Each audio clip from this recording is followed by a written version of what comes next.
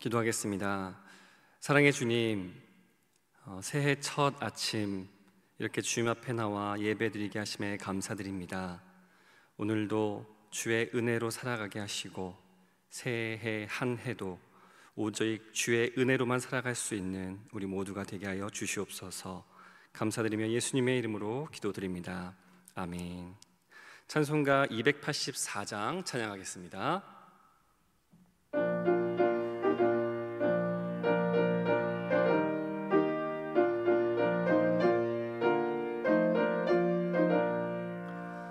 오랫동안 모든 죄 가운데 빠져 더럽기가 한량 없던 우리들 아무 공로 없이 구원함을 얻어 하나님의 자녀 지금 되었네. 주의 그 사랑 한량 없도다. 찬송할지어다 예수의 공로. 주의 그 사랑 한량 없도다.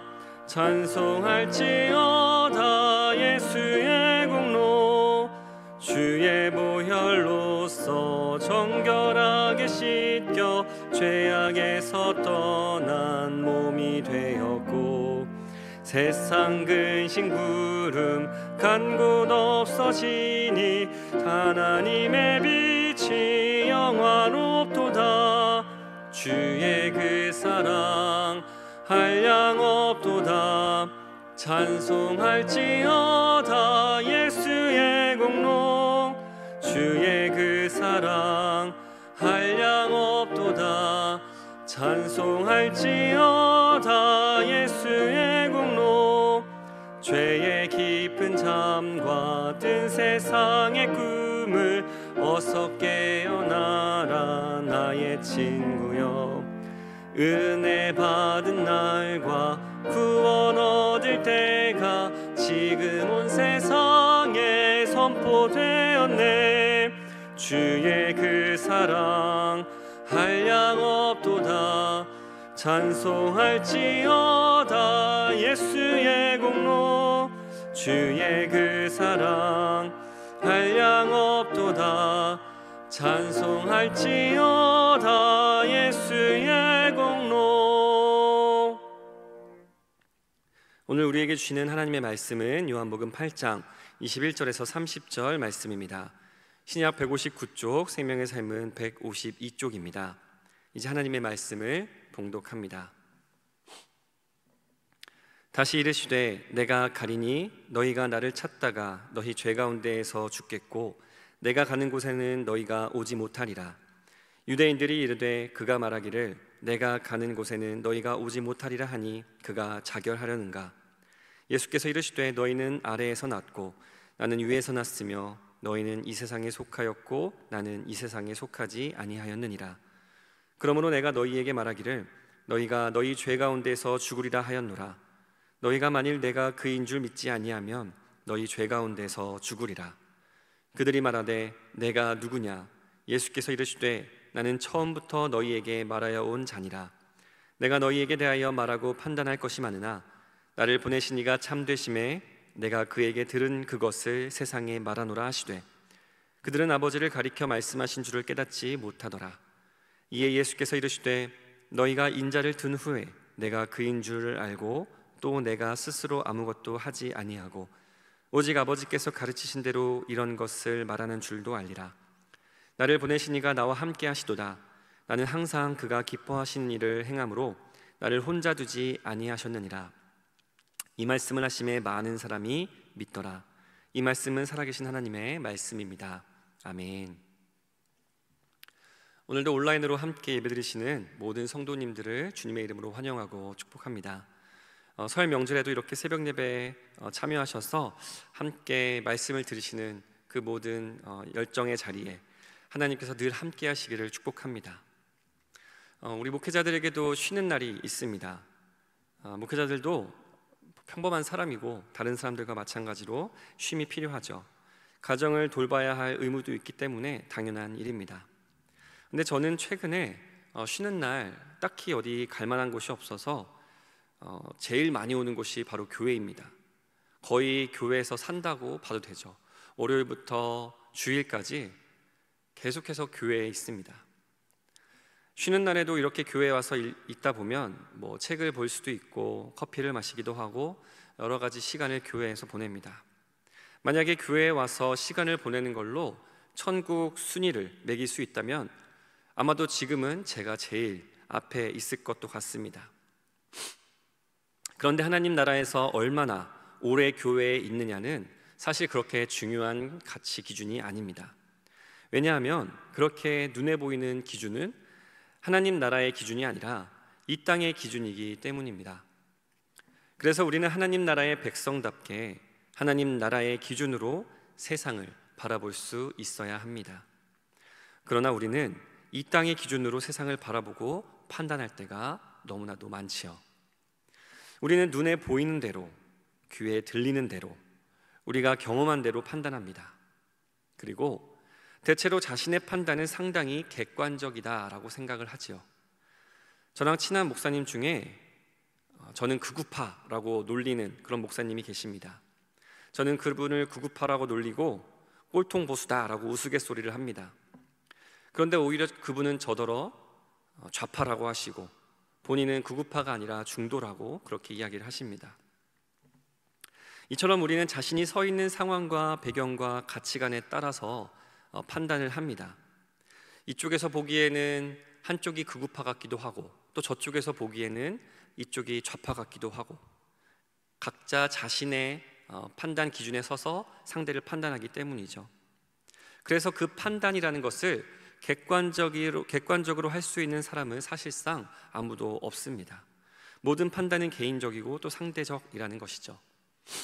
그런데 오직 절대적인 판단의 기준, 그것을 우리는 한 가지 알고 있습니다. 그것은 바로 하나님의 판단 기준입니다. 오늘 본문에서 예수님께서는 유대인들과의 대화에서 이게 서로 다른 판단 기준을 가지고 있음을 나타내 주셨습니다. 23절에 보면 예수께서 이르시되 너희는 아래에서 났고 나는 위에서 났으며 너희는 이 세상에 속하였고 나는 이 세상에 속하지 아니하였느니라. 예수님께서는 하늘에 속하신 분이고 유대인들은 땅에 속한 사람들이었습니다. 각자가 속한 그곳이 다르기 때문에 각자의 판단 기준이 다르다라는 거죠. 그래서 그들의 판단 기준에서 생각하기에 예수님께서는 메시아일 수가 없었던 것입니다. 자신들이 생각한 메시아라는 기준, 그 채점 기준표에 예수님이 부합하지 않았기 때문이죠. 예수님은 줄기차게 자신이 하늘에 속한 분이라고 말씀하셨지만 유대인들은 어땠죠? 예수님을 그저 저 갈릴리 출신, 시골 촌뜨기 출신이라고 생각하고 있었을 것입니다. 그들에게 중요한 것은 자신들이 견고하게 쌓아 올린 메시아란 이래야 해 라는 그들의 판단 기준, 그것이 오히려 유일하게 그들이 가진 판단 기준이었습니다. 그들 기준에서 메시아는 율법과 전통에 아주 잘 알고 또 정통해야 하는 사람이고 바리새인들 중에 하나여야 했으며 예루살렘의 유력한 그런 문화에서 배출되어야 했습니다. 그리고 바리새인들을 공격하는 사람이 아니라 오히려 바리새인들의 편에 서서 자기들과 가깝게 지내면서 유대 전통을 굉장히 옹호하는 사람이어야 했죠. 그리고 그들이 원하는 정치와 종교를 아우르는 그런 지도자일 수 있어야 했습니다. 그들은 자신이 세운 기준에 스스로 갇혀버렸던 것이죠. 그래서 예수님께서 오셔서 내가 바로 그니라, 내가 너희가 기다렸던 그 메시아다 라고 그렇게 결정적으로 말씀해 주시고 또 기사와 표적을 보이시고 하나님 나라의 복음을 전해 주셨음에도 불구하고 오히려 그들에게 예수님은 어떤 분이셨죠? 거치는 돌이 되었습니다. 아, 저분이 메시아구나 라고 감탄해서 따라가는 것이 아니라 마음에 들지 않아 하면서 예수님을 배척하게 되었던 것이죠. 본인들은 스스로를 자유로운 존재, 또 객관적인 판단력을 가진 존재라고 생각했겠지만 전혀 그렇지 않습니다. 그들은 자기들이 스스로 짜놓은 올무에 갇혀버린 존재이기 때문에 그 올무에 묶인 자유가 없는 존재들이었습니다. 그들에게 있는 자유는 오로지 착각할 수 있는 자유뿐이었습니다. 또한 하나님 나라 그리고 예수 그리스도께서 전하시는 생명의 복음을 애써 부정하는 치우쳐진 판단 기준으로 살아가는 그런 존재들이었죠. 그런데 사실 우리들도 어쩌면 대부분 그렇게 살아갈지도 모릅니다. 예전에 김창옥 교수님 강연에서 기억에 남는 멘트가 하나 있는데요, 바로 이런 말이었습니다. 나는 원래 그래. 나는 원래가 그런 사람이야. 대화가 안 되는 완고한 사람이 자주 쓰는 말로 표현하셨죠. 그런데 특별히 몇몇 사람들만 그렇게 사는 것이 아닙니다. 대부분의 사람들이 그렇게 살아가기 때문에, 어쩌면 그런 사람들을 주변에서 많이 볼 수 있기 때문에 그 김창옥 교수님의 그 말이 웃기게 공감되면서 우리에게 다가왔던 것이겠죠. 우리는 각자의 삶의 주인공으로 살아갑니다. 내가 내 삶의 주인공인 건 사실 전혀 이상한 일이 아닐지도 모르겠죠. 하지만 우리가 정말 하나님 나라의 백성이고 또 예수님의 자녀이며 예수님의 제자이며 예수님의 친구로 그렇게 살아가기로 초청받은 존재들이라면, 그리고 그 부르심에 순종하기로 결정한 사람들이라면, 그 부르심에 항복한 사람들이라면 우리는 그때 비로소 깨닫게 되죠. 이 내가 가진 삶의 주인공은 사실 내가 아니구나. 오직 주인공은 예수님이시구나. 그렇게 깨닫습니다. 그런데 그렇게 알고 있고 믿고 있으면서도 우리는 계속해서 하늘의 기준이 아니라 이 땅의 기준으로 살아갑니다. 내가 하늘의 기준을 받아들였다고 내가 이제 믿음을 가진 자라고 내가 천국에 갈 수 있는 사람이라고 생각을 하면서도 여전히 이 땅의 기준으로 살아가는 것이죠. 이 땅의 기준으로 타인을 바라보고 평가하고 이 땅의 기준으로 하나님 나라를 만들어 가려고 합니다. 참으로 안타까운 일이죠. 계속해서 그렇게 되면 결국 어떻게 되겠습니까? 우리는 교회에 아무리 오래 있는다고 해도, 제가 교회에 오랜 시간 머무는 것처럼 아무리 교회에서 모든 시간을 다 보낸다고 해도, 혹은 아무리 기도의 자리에 많이 나간다고 해도 결국 거기서 남는 것은 주인공이신 예수님이 아니라 나 자신입니다. 예수님은 그런 우리에게 계속해서 요구하시죠. 하늘의 기준으로 살아가라. 왜 그렇게 하나님께서는 우리에게 하늘의 기준을 요구하시는 것일까요? 21절 말씀입니다. 다시 이르시되 내가 가리니 너희가 나를 찾다가 너희 죄 가운데서 죽겠고 내가 가는 곳에는 너희가 오지 못하리라. 땅의 기준으로 살아가는 이들은, 다시 말해 이 세상에 속하여 자기 자신이 주인공으로 살아가는 이들은 예수님을 계속해서 찾기만 하다가 결국 죄 가운데서 죽을 것이기 때문이며, 그리하여 결국 예수님께서 가시는 곳에 가지 못할 것이기 때문입니다. 내 판단 기준대로 이 세상을 살다가 힘이 들어지면, 안 좋은 일이 생기면 예수님께 나와서 예수님을 찾습니다. 예수님, 내 이 문제 좀 해결해 주십시오. 예수님, 나의 어려운 것들을 좀 풀어주십시오. 그렇게 예수님을 찾기만 하다가 결국 그 인생의 주인공이 나라고 계속 생각하는 그 삶에 잘못 빠져 있다가 이 땅의 기준으로 살아가다가 죄 가운데서 죽을 뿐이라는 것이죠. 이 무시무시한 경고가 남의 이야기가 아닙니다. 메시아가 언제 오시는지 메시아를 찾기만 하던 바리새인들, 메시아를 간절히 기다리던 그 바리새인들, 바로 그 종교인들이 우리 자신이 될 수 있다는 것이죠. 우리가 세상 기준으로 살다가는 결국 세상 기준에 맞춰진 존재가 될 것입니다. 그러면 하늘의 기준에서 점점 멀어지고 죄 가운데 빠져서 결국 하나님께서, 예수님께서 우리를 기다리시는 곳에 가지 못하고 죽게 될 것입니다. 그러면 예수님이 계신 곳에 우리가 가지 못한다면 예수님이 얼마나 슬퍼하실까요? 바로 그 무시무시한 경고를 우리에게 오늘 해주시는 것이죠. 그래서 이 경고의 말씀을 듣고 예수님께서 슬퍼하시는 그 상황이 오지 않도록 예수님께 나아오라는 초청을 하고 계신 것입니다. 이 말씀을 저 멀리 죄인들에게 하신 말씀이 아닙니다. 성실하게 종교 생활을 하고 있는 바리새인들에게 하신 말씀입니다. 바로 성실한 종교 생활을 하고 있는 우리들에게 하신 말씀이라는 것이죠. 설날 이 첫날에 주님께 이 새벽을 깨우는 그 열심 있는 우리에게 하신 말씀이라는 것입니다. 우리에게 세상의 기준을 내던지고 하늘의 기준으로 살라고 계속해서 우리를 요청하고 계십니다. 그렇다면 하늘의 기준으로 살아가는 사람들의 모습은 어떠합니까? 26절과 27절입니다.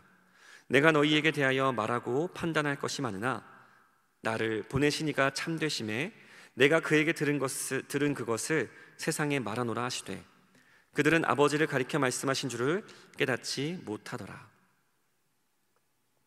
하늘의 기준으로 살아가는 예수 사람들은 참된 것을 말하는 사람으로 변화됩니다. 예수님께서 바리새인들을 향해 많은 지적을 하셨습니다만 계속해서 그들과 논쟁만 일삼고 계시지는 않았습니다. 예수님의 인생을 그들과 싸우는데 허비하지 않으셨습니다. 오히려 예수님은 바리새인들조차 구원하시기 위해 그들과 대화를 나누셨습니다. 우리가 잘 아는 탕자의 비유를 보면 예수님은 둘째 아들에게도 환대를 베푸시지만 그 이후에 맏아들에게도 이제 그만 잔치에 들어오라 이렇게 요청을 하시는 것으로 이야기가 끝나는 것을 볼 수 있습니다. 그 비유의 마지막에 큰아들이 과연 동생을 위해 베푼 자리에 들어올 것인지 말 것인지 그 결론이 나오지는 않습니다. 왜냐하면 예수님께서 그 비유를 설명하실 때 그 비유를 듣는 당사자들이 바로 그 형과 같은 바리새인들이었기 때문입니다. 예수님은 그 맏아들과 같은 바리새인들도 그 잔치에 들어오라고 초청하고 계신 것이죠. 이제 선택은 너의 몫이다. 이 잔치에 참여하겠느냐? 그렇게 질문하고 그 비유를 끝낸 것입니다. 예수님의 관심은 그들을 판단하고 정죄하는 것이 결코 아니었습니다. 오히려 그들을 구원하는 데 있으셨습니다. 오늘 26절 말씀에도 내가 너희에게 대하여 말하고 판단할 것이 많다라고 말씀하셨습니다. 그러나 정작 예수님께서 하신 말씀이 무엇입니까? 나를 보내신 이가 참되심에 내가 그에게 들은 것을 세상에 말하노라. 예수님은 판단하고 정죄하면서 자신에게 주어진 시간을 그렇게 허비하지 않으셨습니다.